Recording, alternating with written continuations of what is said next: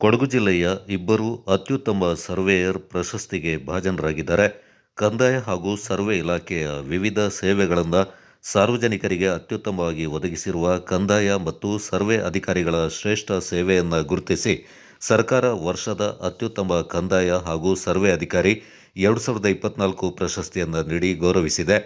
ಕುಶಾಲನಗರ ತಾಲೂಕಿನಿಂದ ವೆಂಕಟೇಶ್ ಹಾಗೂ ಸೋಮವಾರಪೇಟೆ ತಾಲೂಕಿನ ಜೀವನ್ ಅವರಿಗೆ ಇತ್ತೀಚೆಗೆ ಬೆಂಗಳೂರಿನ ವಿಕಾಸಸೌಧದಲ್ಲಿ ನಡೆದ ಸಮಾರಂಭದಲ್ಲಿ ರಾಜ್ಯ ಕಂದಾಯ ಸಚಿವರಾದ ಕೃಷ್ಣ ಬೈರೇಗೌಡ ಅವರು ಪ್ರಶಸ್ತಿಯನ್ನು ಪ್ರದಾನ ಮಾಡಿದರು. ಈ ಸಂದರ್ಭ ಕಂದಾಯ ಇಲಾಖೆಯ ಆಯುಕ್ತರು ಹಾಗೂ ಅಧಿಕಾರಿಗಳು ಪಾಲ್ಗೊಂಡಿದ್ದರು.